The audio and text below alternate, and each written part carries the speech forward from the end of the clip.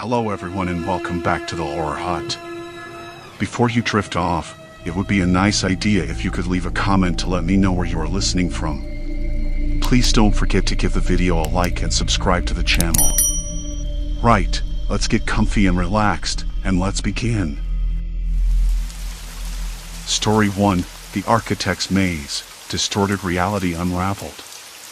The letter came on an ordinary Tuesday, the kind with the sky hung low and gray, and the rain tapped a lazy rhythm against the windows. I had never been close to that side of the family. In fact, I barely knew my great-uncle apart from a few second-hand stories. Oddly enough, they all mentioned his obsession with shapes, angles, curves, spaces that defied logic. I shrugged it off at the time, thinking it was just eccentric talk. Until I saw the photos attached to the letter. The mansion perched on a hill, its facade a chaotic mix of sharp edges and sweeping curves that felt almost aggressive, like it was daring you to understand it. Still, I didn't think much of it. I told myself it was a curiosity, maybe even a lucky break. I'd always wanted a change of scenery. My life, well, it was mostly a blur of deadlines, half-finished projects, and the same cramped apartment with peeling wallpaper. The idea of a new place, a fresh start, sounded like a whisper of possibility. The next morning, I packed a bag and caught the first train out. The town near the mansion was small, the kind where the streets were their age like a badge, cracked sidewalks lined with gnarled trees and storefronts that had seen better decades. The scent of damp earth mixed with wood smoke from chimneys. I breathed it in deeply, the cool, sharp air filling my lungs with a strange sense of anticipation. When I arrived, the mansion loomed above the trees, larger than I expected. Its stone walls were mottled with moss and ivy, and the windows, well, they weren't windows in any conventional sense. Some were tall and narrow, others oddly twisted, as if the glass itself had been pulled and stretched at odd angles. The front door was set beneath a porch that seemed to tilt slightly to one side, though my eyes couldn't decide if it really was crooked or just a trick. I hesitated on the steps, my hand resting against the rough, cold wood of the door frame. The texture was uneven, almost like bark. The air smelled musty, a mix of old wood and something faintly metallic, like the scent of a hospital corridor but softer, less clinical. I swallowed hard, the taste of stale coffee still lingering at the back of my throat. Inside, the house was a maze. I spent the first hour wondering, and I'm not exaggerating when I say the hallways seemed to fold in on themselves. A corridor I entered from the foyer curved left, then right, then suddenly narrowed until I had to duck. The ceiling dropped unexpectedly, and the floor sloped beneath my feet in a way that made my stomach flip. I stopped, pressed my palm to the wall to steady myself. The plaster was rough, grainy like sandpaper in places, and cool despite the afternoon warmth outside.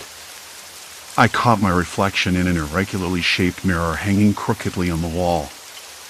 My face looked stretched, almost unfamiliar. I blinked, and the image flickered like a faulty screen. Something wasn't right, but I couldn't say what. The air felt heavier here, thicker, as if the house itself was breathing with me. I called out softly, "Hello?" My voice sounded hollow, swallowed by the strange angles. No answer, just the faint creak of settling wood. I tried to find the main living area, hoping for something more conventional. A fireplace, maybe a couch that invited rest. Instead, I found rooms that defied logic. One chamber opened onto another that seemed smaller, but when I turned back, the smaller one stretched out into a hallway I hadn't noticed before. The floorboards creaked underfoot, but the sound was uneven, sometimes distant, sometimes right at my ear, like the house was playing tricks with its own acoustics.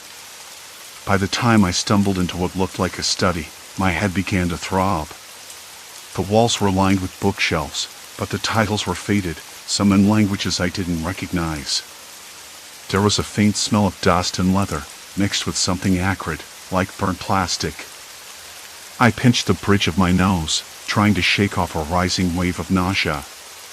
This wasn't just jet lag or nerves. The room, with its faint smell of dust and decay, seemed to tilt again, and I had to grip the edge of the desk to keep from falling. I sat down heavily, the chair creaking under my weight. My fingers trembled as I traced the grain of the wood, smooth and warm despite the room's chill. The silence pressed around me, dense and unyielding. Somewhere outside, a dog barked sharply, then fell silent. I swallowed again, the lump in my throat growing. There was a faint tapping noise coming from somewhere above me, rhythmic and deliberate, like someone was pacing or drumming their fingers on a railing. I stood, heart tightening. The house felt alive in a way that wasn't comforting.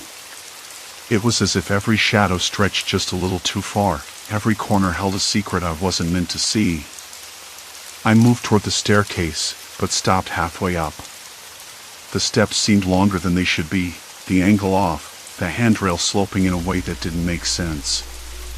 I closed my eyes, trying to steady my breath. The nausea returned, stronger this time, a twisting sickness that rolled through my gut and left my vision swimming.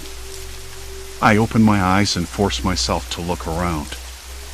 The hallway at the top was dim, the light from a single bulb flickering weakly. The walls leaned inward, and the floor seemed to ripple beneath my feet like a disturbed pond.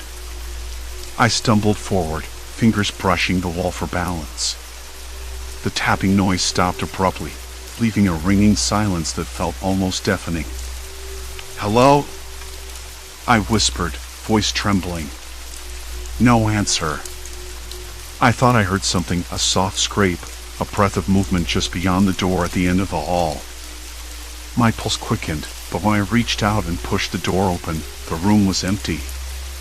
Nothing but a child's rocking chair, slowly swaying, though there was no breeze.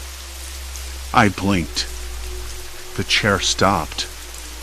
I backed away, a shiver crawling up my spine. This was no ordinary house. Something about it was wrong. I knew it before, but now the knowledge pressed down on me like a weight too heavy to carry. Still, I told myself it was just my imagination. Odd architecture, weird angles, maybe some leftover drafts. Nothing more. But as I descended the stairs again, the nausea tightened its grip, and the walls seemed to close in just a little further. I wasn't sure I wanted to stay. Yet something held me here, a whisper at the edge of my mind, urging me to uncover the secrets this twisted place was hiding. The house seemed quieter now, but the silence was no comfort. I ran a shaky hand over the plaster beside the door. Rough, cracked. The plaster had started to crumble in places, revealing the lath beneath. The house was falling apart, sure, but that didn't explain the way the walls seemed to bend and stretch, the way rooms shifted just out of sight. I glanced down the hall. The angles were all wrong. Where a ceiling should have been flat, it dipped, like a shallow bowl. The floor tilted just enough to make me stumble. I blinked hard, hoping the nausea would pass. No luck. I moved forward slowly, stepping into the dim light pooling from a cracked window at the far end. Outside, the sky had bruised to a dull purple. A dog barked somewhere in the distance, sharp and sudden. A breeze picked up, carrying the scent of damp earth and something metallic. That smell made my mouth dry. I swallowed hard. I couldn't shake the feeling I was being watched, but the house was empty, at least, I told myself it was. Still, I didn't want to be alone.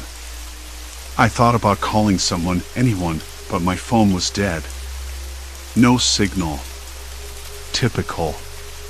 This place was off the grid in more ways than one. I'd left town with a buzzing phone and enough battery to last a day, but this mansion seemed to swallow any connection whole. Even my watch had stopped. Time itself felt broken here, like the house had its own rules. I turned back toward the main staircase, the steps groaning underfoot as if protesting my intrusion. The twisted angles made it impossible to tell if the stair was level or slanting. I gripped the railing, rough and splintered, and climbed slowly. At the top, The corridor stretched out, longer than it should have been. Doors lined each side, their peeling paint and tarnished brass pulls promising secrets. I didn't want to know what kind, but I had to look. I chose the nearest door, one with faded initials carved into the wood, Mel. The door resisted at first, sticky hinges, I assumed, before swinging open with a slow creak that echoed down the hall. The room inside was shrouded in shadows, lit only by the weak glow of the moon filtering through dusty curtains. The air smelled faintly of mildew and something sharper, like old leather. I stepped inside, my footfalls muffled by threadbare carpet. The walls leaned inward, subtle but unmistakable. The ceiling dipped low in one corner, then vaulted oddly over a window that looked out onto the garden below. I leaned against the wall, steadying myself. The room pulsed with quiet tension, as if it was holding its breath. On the far side, a desk sat cluttered with papers, yellowed photographs, and what looked like architectural sketches. I crossed the room cautiously, the nausea tightening its grip again. My fingers brushed the papers, and I froze. The sketches were bizarre. Floor plans that defied logic, hallways that looped impossibly, rooms that led nowhere. I traced a line with my thumb, feeling dizzy. The architect who'd built this place wasn't just eccentric, he was obsessive, maybe unwell. I wondered if that obsession had infected the house itself. A soft noise startled me, a faint thump, like something heavy settling upstairs. I spun around, heart pounding. Silence. Complete silence. I backed out of the room, closing the door carefully behind me. The corridor stretched endlessly, the walls breathing. I wanted to leave, but something pulled me forward. I had to understand this place, or I'd lose myself in it. Downstairs, I grabbed a flashlight from the kitchen drawer, the metal cool and solid in my hand. The beam cut through the darkness, revealing peeling wallpaper and warped floorboards. I moved methodically, checking each room, each corner, making notes on my phone when it had signal or in a tattered notebook I found in the study. Hours passed like minutes. My body ached. The nausea came in waves, each one sharper than the last, twisting my stomach until I doubled over. I fought it down with sips of water, but the taste was flat, stale.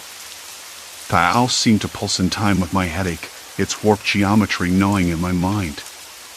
Then I heard it again, footsteps, slow and deliberate, echoing on the floor above me. I froze. No breeze this time. No creak from the settling wood. Someone was moving around upstairs. I called out softly, voice barely above a whisper. "Hello? Is someone there?" No answer. The footsteps stopped. I waited, breath shallow, every muscle tensed. The silence stretched. Then, a faint tapping sound came from the wall nearest the staircase. Tap. Tap. Tap. Like fingers drumming, waiting. My skin prickled. I knelt down and pressed my ear to the wall. The tapping stopped abruptly. A cold draft whispered past my cheek, carrying the faintest hint of cigarette smoke and old paper. I jerked back, suddenly aware of the oppressive stillness. I needed to find the source of those sounds. I had to be sure I wasn't losing my mind, or worse, that someone else wasn't here, hiding in the shadows. With the flashlight in one hand and the notebook in the other, I climbed the stairs again, each step creaking beneath me.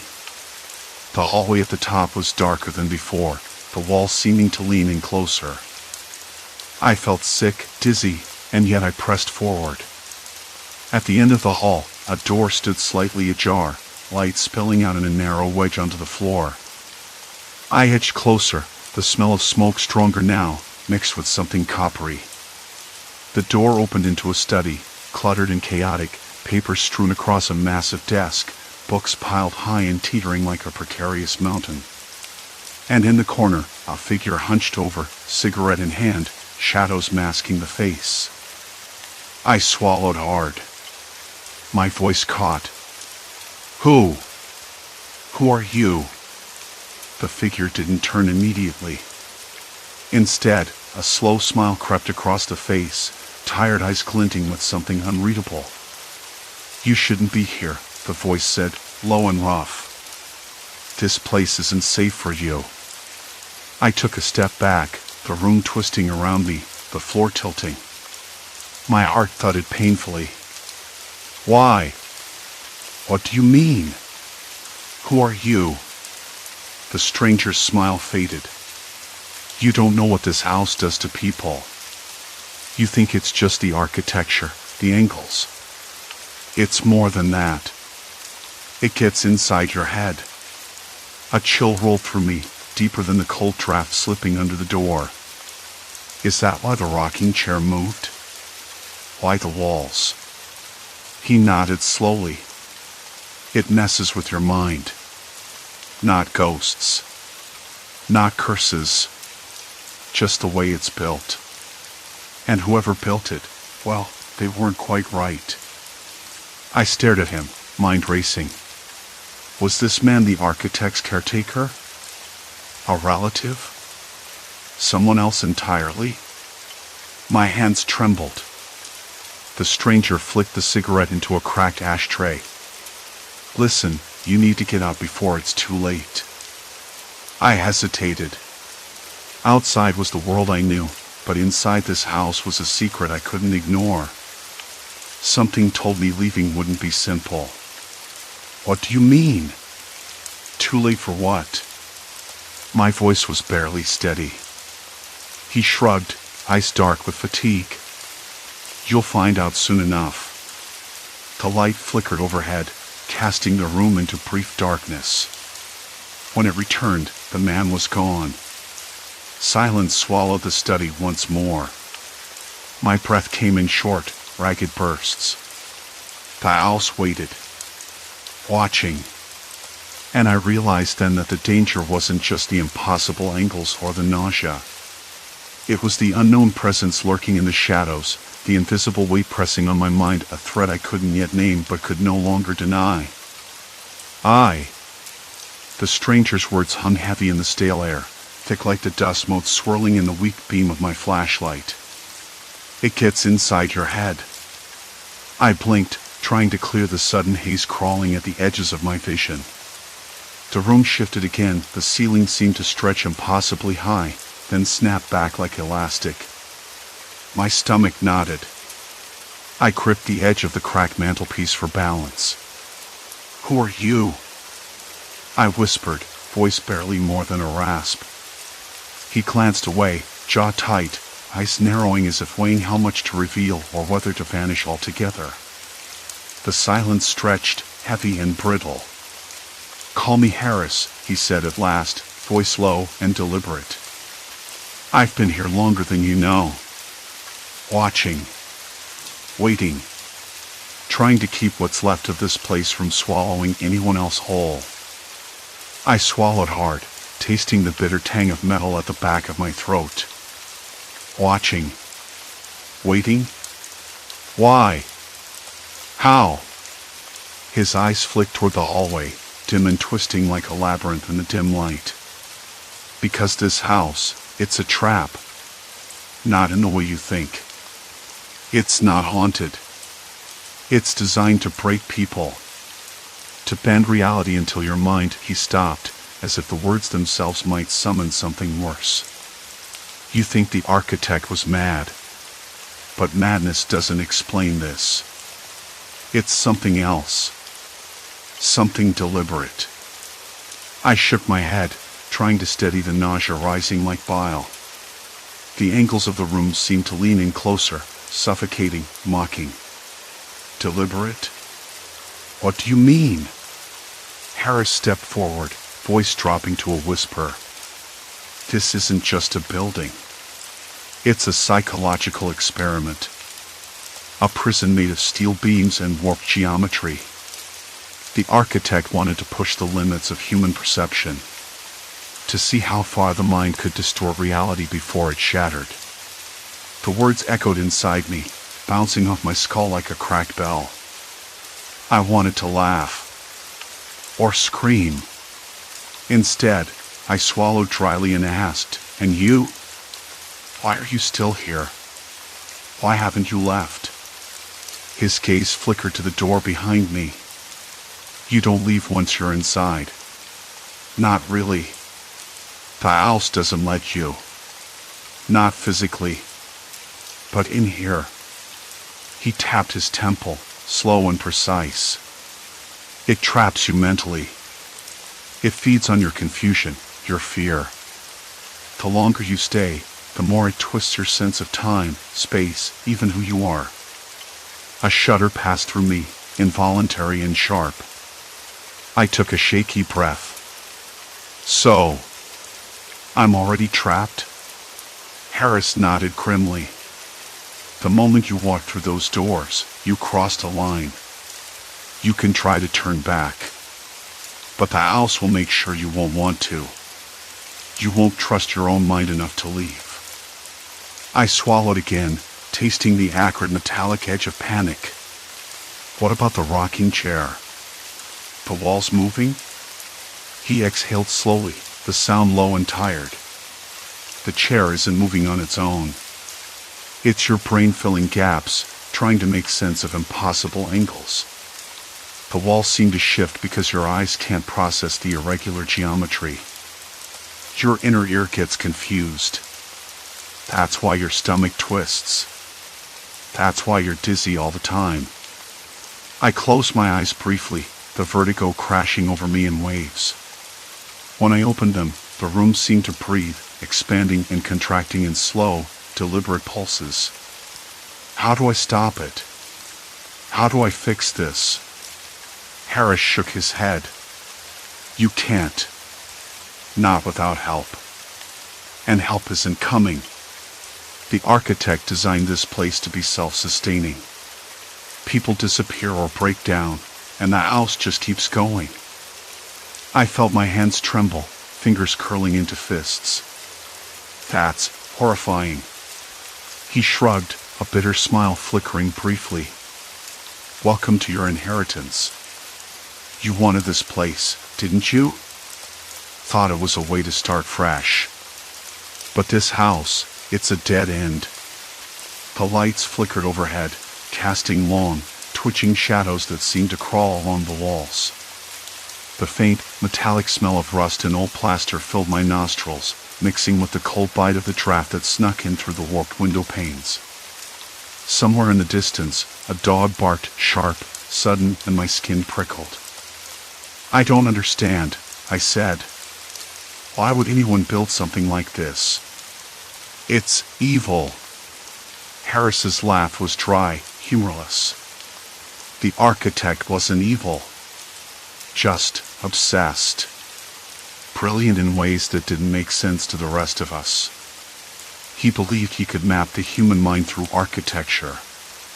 But the building became a maze without an exit for the people inside." I paced, the floorboards creaking beneath uneven weight. Every step felt like it was sinking into a slow, unseen current. I reached the doorway and looked back at Harris. "What happens if I try to leave now? Tonight?" His face darkened. "You won't get far. The house fights. It confuses you.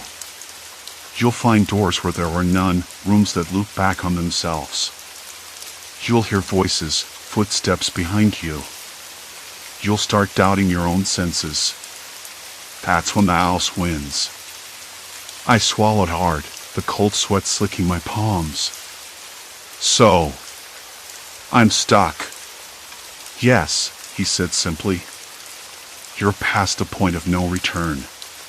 The weight of his words pressed down, heavier than the impossible angles around us. I felt my resolve flicker, struggling against the creeping despair. The house wasn't just a building. It was a trap designed to dissolve the self, piece by agonizing piece. I turned to the hallway, where the walls seemed to bend and curve like the inside of a seashell. The light at the far end flickered, then dimmed. The strange, nauseating vertigo surged again, clutching at my chest and throat. My breath came in short, uneven gasps. Is there anything at all that can help me? I asked, voice cracking. Harris's eyes softened, a flicker of something like pity or maybe regret crossing his features. There is one thing, but it's not what you want to hear. It's not a solution. More like a choice. My heart hammered so loud I thought it might burst through my ribs. What choice? He looked down, fiddling with a loose thread on his worn jacket. You can embrace the madness. Learn to navigate the house's twisted logic. Let it become part of you. Or you can fight it until you break. But either way, you change. You don't come out the same. I felt a cold shiver slide down my spine. So, I can't just leave and be okay. No, he said quietly. Once this place gets under your skin, there's no going back. The room suddenly felt colder, the shadows deeper. The flickering light above sputtered again, threatening to go out. I realized I hadn't blinked in what felt like minutes. My eyes stung, dry and raw. I don't know if I can do that, I said, voice barely audible. I don't know if I want to. Harris met my gaze steadily.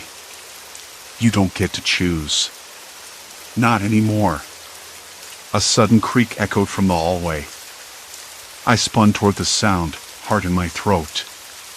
The door at the end of the corridor was slightly ajar, revealing a sliver of darkness beyond. It wasn't there before, or was it? My mind twisted, trying to anchor itself in something solid. Wait, I said, stepping forward. Who else is here? Harris's eyes darkened. You're not alone. Never have been.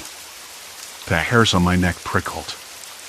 A faint whisper drifted from the shadows, a breathy, indecipherable murmur that made my skin crawl.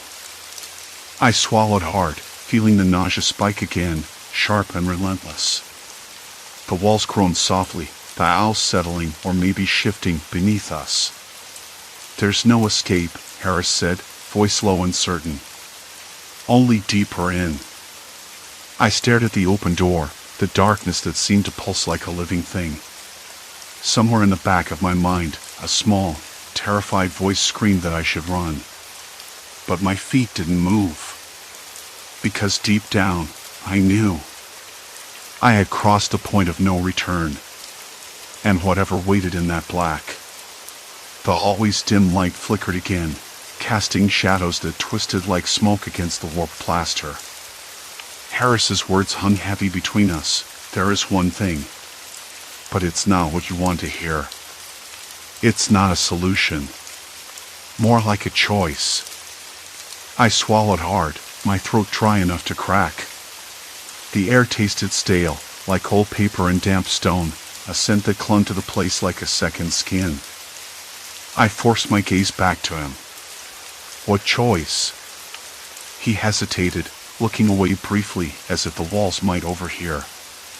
You can try to fight it, keep your grip on reality, but that means accepting the slow unraveling. The nausea, the paranoia, it's relentless. Or you can let the house break you. Let it rewrite who you are. Step into its rhythm. I blinked. Step into its rhythm? That sounded insane. Explain, I said, voice barely steady.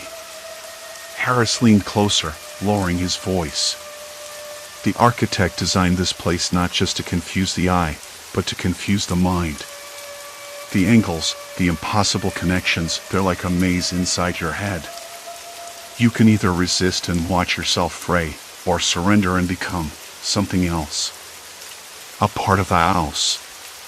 My stomach twisted, a dry, sharp ache that spiraled into nausea. I gripped the edge of the cracked banister, its wood rough and splintered beneath my fingers. I don't want to be part of the house. He nodded, but there was no comfort in it. No one does. but it's a trap with no exit. You're already inside. The more you fight, the worse it gets. I stepped back, the floor beneath me uneven in ways that made my balance falter. The walls seemed to pulse, subtly shifting, their corners never quite meeting where they should. I wanted to close my eyes and block it all out, but the darkness behind my lids was no refuge. It whispered confusion, doubt. A sudden noise, faint but sharp, a scraping sound, like fingernails against plaster, made me freeze. I scanned the hallway, but the shadows held their secrets. Did you hear that? I asked, voice cracking. Harris's eyes narrowed. This house has its sounds. Old pipes, the wind squeezing through cracks. But sometimes, people hear more than that. I swallowed past the lump in my throat. More? He shook his head, a shadow of a smile flickering. Paranoia or something else. You'll start hearing whispers. Footsteps just behind you. But when you turn, nothing will be there. I tried to laugh, but it came out hollow. Great. Just what I need. The nausea hit again, sharper this time. I staggered toward the nearest door, the walls tilting at impossible angles that made my head swim. I gripped the doorknob, cold and slick with something I couldn't place. Sweat beaded on my forehead, and my vision blurred at the edges. I blinked hard. Inside, the room was cold, the air heavy with dust and a faint metallic tang. I sank onto a threadbare chair, the fabric rough against my skin. My chest heaved as I tried to steady my breath. The silence pressed in, thick and suffocating. I closed my eyes and tried to remember what it was like outside this place, the sharp scent of rain on pavement, the distant hum of traffic, the tang of coffee in the morning. But those memories felt distant, fragile. Like they belonged to someone else. A soft knock at the door startled me. My heart cracked into 1,000 uneven beats. Who is it? I called, voice trembling. No answer. Just silence. I stood, pacing the small room. The walls leaned in, narrowing the space as if the owls were breathing around me. I clenched my fists until my nails bit into my palms. Why had Harris said I was past the point of no return? Was there really no way out? A sudden flash of movement caught my eye through the sliver of a window. A figure, just beyond the glass, standing motionless in the garden. I squinted, but the darkness swallowed the shape. No face, no details, just a shadow. Cold dread slithered up my spine. Whoever or whatever it wasn't part of the house. That much I could be sure of. I stepped outside, my feet crunching on gravel that tasted of dry leaves and earth. The night air was crisp, sharp, but the mansion behind me seemed to lean toward the figure, like it was pulling something back inside. Hello? I called, voice cracking. No reply. The figure melted into the night, swallowed whole by the shadows. Back inside, the house was quieter than ever. Too quiet. My skin prickled, every hair standing on end. I tried to tell myself I was imagining things. That the nausea was warping my senses more than I realized. But the tension thrummed under my skin like static electricity. I found myself back in the main hallway, the impossible angles making the ceiling seem both impossibly high and crushingly low at once. My breath hitched. The light flickered again, once, twice, then went out, plunging me into darkness. I woke up slowly, the dull ache behind my eyes pressing down as though the mansion itself had settled on my skull overnight. The air was thick and still, like it hadn't moved in days. It smelled faintly of damp plaster and old wood, an old book left open to a forgotten page. I lay there a moment longer, the mattress beneath me creaking softly in protest. The nausea was less fierce this morning, but it was still there, a low hum of unease curling in my stomach. The house was silent except for the distant creak of the foundation or maybe the wall shifting. With a careful breath, I sat up, the room tilting just a little, the angles pulling in my balance like invisible hands. I closed my eyes, willing the dizziness to stop. When I opened them again, the ceiling seemed impossibly far, the corners of the room stretching away into shadows like they belonged to another place. I told myself it was just the weird architecture playing tricks again. That the house wasn't alive, it wasn't trying to swallow me whole. But somewhere deep inside, I didn't believe it. I dressed slowly, the fabric of my shirt rough against my clammy skin. I needed to get out, to breathe something other than this stale, endless maze. But the thought of stepping outside was complicated. The grounds were vast, designed in that same maddening style, paths that looped back on themselves, hedges that disoriented like mirrors, and the low, foreboding outline of the mansion looming behind it all. I tried before to leave, but each route seemed to fold back into itself, corridors becoming stairways that shouldn't have connected, doors that opened to rooms I couldn't remember. I felt trapped by the very geometry of the place. I shuffled to the door, hand trembling on the brass knob. I paused. I could hear footsteps. Not mine. Soft, hesitant. Like someone was just beyond the threshold, waiting. My breath caught. I wanted to call out, but my voice felt brittle, stuck somewhere in my throat. I cracked the door open a sliver. Nothing. The hallway stretched out, exactly as I'd left it the night before, except there was a faint smell, something acrid and sharp, like burnt coffee mixed with metal. It made my stomach turn again. I stepped out, starting down the corridor. The steps came again, slower this time, but definitely there. I swallowed, trying to steady my nerves. The house was supposed to be empty. I was alone. Or so I thought. Hello? My voice was barely a whisper, swallowed by the dense air. The footsteps stopped. A figure appeared at the end of the hall. A man, tall, wearing a faded gray coat that looked out of place, like he'd stepped out of another time. His eyes were sharp, unblinking, and he gave a small, almost knowing smile.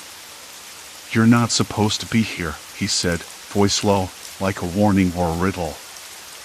I blinked, confused. "Who are you?" He took a step closer, the floor groaning under his weight. "Someone who's been watching." I felt the nausea spike, hot and sudden.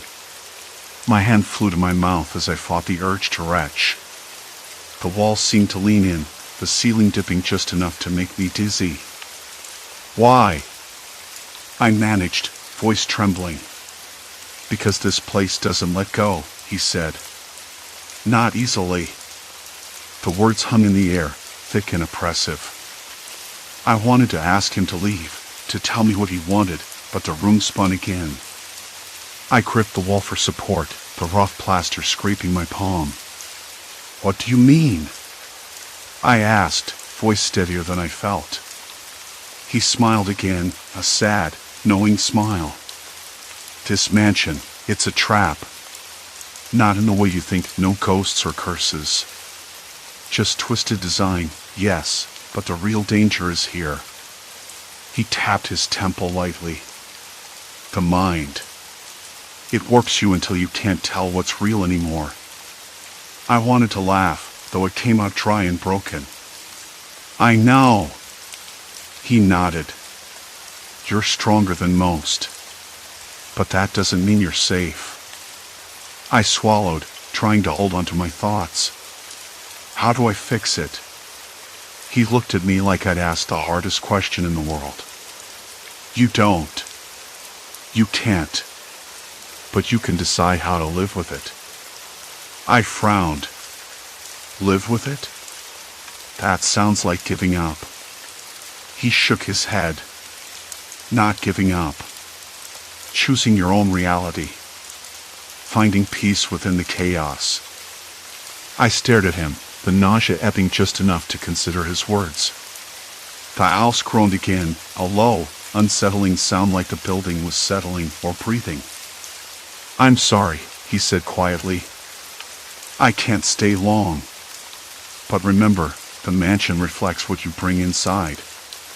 If you let fear and doubt rule, it will consume you.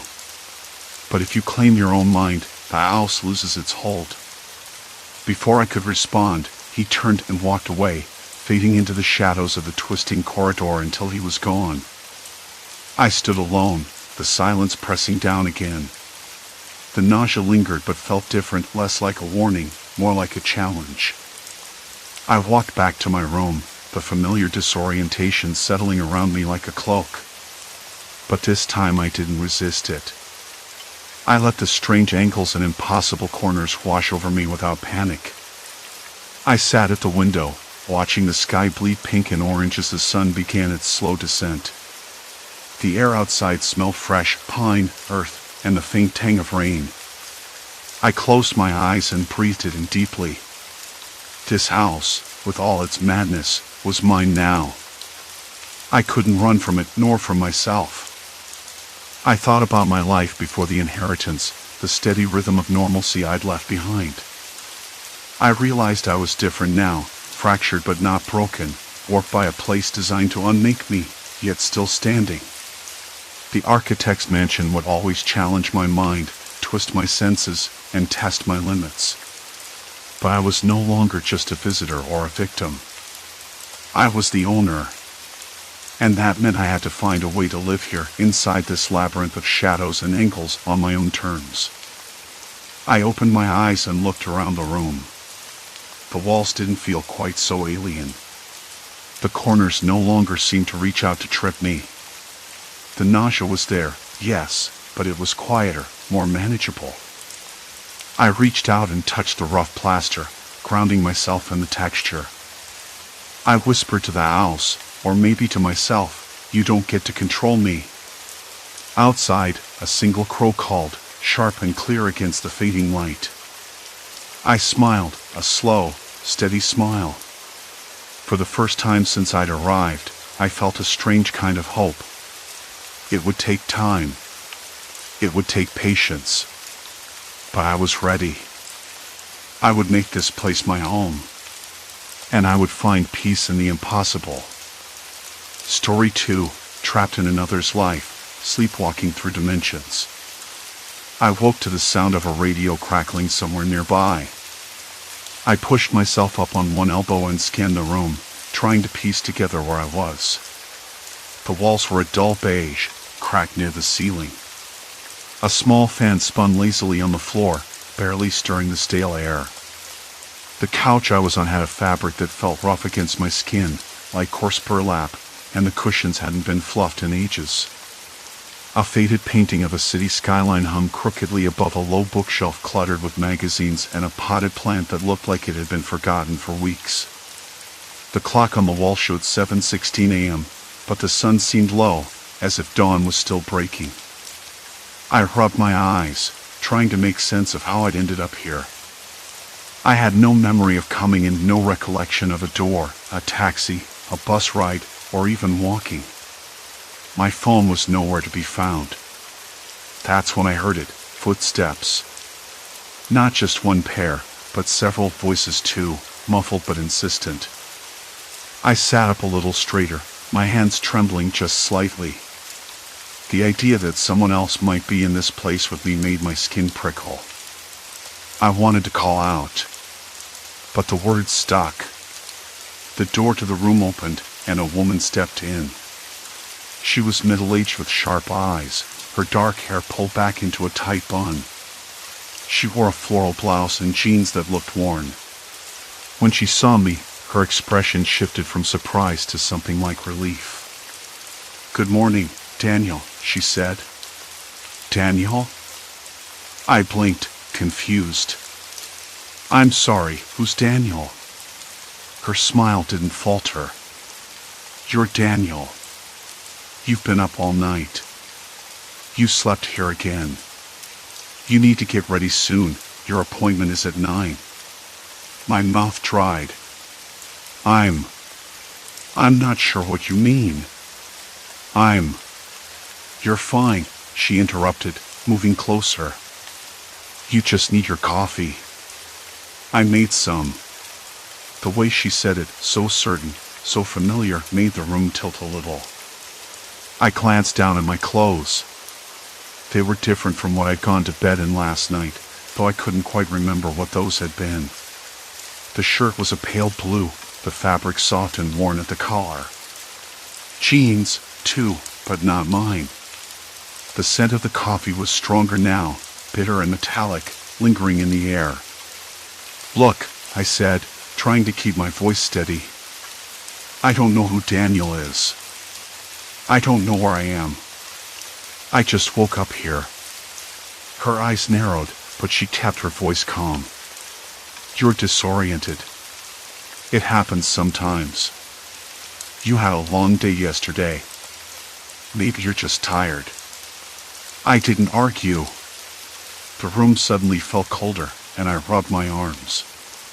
The fan's slower seemed louder now, like it was sucking the warmth out of the air. I stood, steadying myself against the rough armrest of the couch. Can I use your bathroom? She nodded, stepping aside to let me pass. Down the hall, first door on the left. Towels are in the cabinet. The hallway was narrow, dimly lit by a flickering fluorescent bulb overhead. The light buzzed, casting erratic shadows on the cracked plaster walls. I noticed a faint smell of bleach mixed with something less identifiable, maybe old sweat or damp fabric. The bathroom door was cold to the touch. Inside, the tile floor was cracked in places, and the mirror above the sink had a thin line of grime along the edges. I stared at my reflection for a long moment. The face looking back wasn't unfamiliar, but something was off. My eyes seemed tired, as if they'd seen too much. The skin was paler than usual, a faint shadow under the left cheekbone. I splashed cold water on my face, the chill sharp against my skin. The taste of the water lingered on my tongue, clean and faintly metallic. I could hear voices down the hall, low and indistinct, like a radio playing somewhere far away. When I turned away from the mirror, I caught a glimpse of a note taped to the cabinet door beneath it. The handwriting was neat, almost meticulous. Don't forget your meeting at 9. Try to stay calm. I frowned. The note wasn't mine. I didn't remember writing it, or anyone else who might have. My fingers traced the paper's edge, the texture smooth but oddly cold. Back in the living room, the woman was waiting by the small kitchen table, a steaming mug in her hands. Coffee, she said, setting it down in front of me. I took the mug, feeling the heat seep into my palms. The bitterness was familiar, but the flavor was strange, more acidic, almost sharp, like it had been sitting too long. Who are you? I asked again, the words coming out softer this time. She hesitated, her eyes flickering toward the hallway. I'm your wife, Laura. You've been under a lot of stress lately. It's important you keep your appointments. Laura, I repeated, testing the name on my tongue. It felt foreign. Your work is demanding, she continued, voice steady but gentle. But we're managing. The kids are okay. They're at school now. Kids? I swallowed hard. I didn't have children. Or did I? The room seemed to close in a little, the silence stretching longer between us. I wanted to ask more, to demand answers, but my throat tightened. The clock ticked loudly, punctuating the uneasy stillness. Why don't you sit down? She suggested. We can talk. I nodded, though my mind was racing. I sat back on the couch, the fabric rough against my skin again. The mug was warm in my hands, but it didn't bring comfort. Instead, a strange unease settled in the pit of my stomach. Was this a dream? A mistake? Some cruel trick my mind was playing? I looked at Laura, and the certainty in her eyes made me question everything. If she was telling the truth, and she seemed so sure, then who was I? And where had I been all this time? The radio crackled again, a sudden burst of static before a voice came through, clear but unfamiliar. "Daniel, please respond. We're waiting for you." My hand shook, spilling a drop of coffee onto the couch. The bitter liquid soaked into the fabric, leaving a dark stain. I wasn't sure what to believe anymore. But one thing was clear: I needed to find out who Daniel was, before the day swallowed me whole. The radio's voice hung in the air long after the crackle faded. Laura's eyes didn't waver. There was something in her gaze, steadfast, certain, that unsettled me more than the confusion swirling inside my head. "Daniel," she said softly, "you don't have to do this alone. But you need to try. For all our sakes." I swallowed, the bitter taste of the coffee mingling with the dry lump in my throat. If I was Daniel, then who was I? Who had I been before waking up in places I didn't remember reaching? And why did no one believe my protests? I set the mug down, careful not to spill any more. Where do I start? My voice sounded foreign, like a stranger speaking through my mouth. Laura stood and crossed to the window, pulling aside the curtain just enough to peek through the cracked glass. The street lamp outside flickered erratically, casting intermittent shadows across the peeling paint of the building opposite. Start with what you remember. Even the smallest details matter. I closed my eyes, trying to comb through the haze of fragmented memories. Nothing made sense, no faces, no names, no places. Just a gnawing sense of rawness, as if I were a puzzle piece forced into the wrong box. Then, a word surfaced: Glenwood. A street name? A neighborhood? I wasn't sure. Glenwood? I asked, opening my eyes to find Laura nodding. Yes. That's where you live. At least, that's what the records say. She pulled out a folder from the coffee table, its edges worn and curling. Inside were photographs, some blurry, some sharp, of a man who looked exactly like me. Same dark hair, same lean build. But the eyes in the pictures were different, colder, more guarded. I traced the outline of his jaw with my fingertip. "This is me," I whispered. Laura's lips tightened. "This is Daniel. Your other life." Her words sank in slowly, like cold water seeping under skin.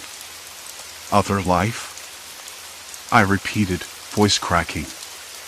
"So, I'm not who I think I am?" She hesitated. "You're trapped between two versions of yourself. One that you remember, and one that everyone else sees. And the longer you stay here, the more the other one takes over." The room felt smaller, the air heavier. I rubbed my temples, trying to make sense of the impossible. But how? Why? Laura shook her head. "I don't know. But it's happening. And it's getting worse." My gaze drifted to the radio, silent now, yet still ominous. Who was waiting for me? Why did they sound so desperate? I felt a flicker of panic, quick and sharp. My pulse thudded in my ears louder than the faint hum of the refrigerator in the next room. "We need to gather more information," Laura said, breaking the silence. "If you're really Daniel, then there should be traces, documents, messages, anything that proves your existence here." I nodded, standing up slowly. The floorboards creaked beneath my feet, a reminder I was somewhere unfamiliar. My stomach churned. I wanted to believe this was some bizarre mistake, a cruel joke my mind was playing. But the conviction in Laura's voice, the folder's weight in my hands, it all pointed to something darker. We moved to the cluttered desk by the window, where a stack of mail lay half hidden under a cracked lamp. I sifted through envelopes, scanning names and dates. Bills addressed to Daniel. Postcards with scribbled notes. A calendar marked with appointments I couldn't recall making. One envelope caught my eye, official looking, stamped with a hospital's emblem. I tore it open carefully, my fingers trembling. Inside was a letter, typed and sterile. Mr. Daniel Harker. Your follow-up appointment is scheduled for April 12th at 3 p.m. Please confirm your attendance. April 12th. Today was April 10th. 2 days away. I blinked, heart thudding.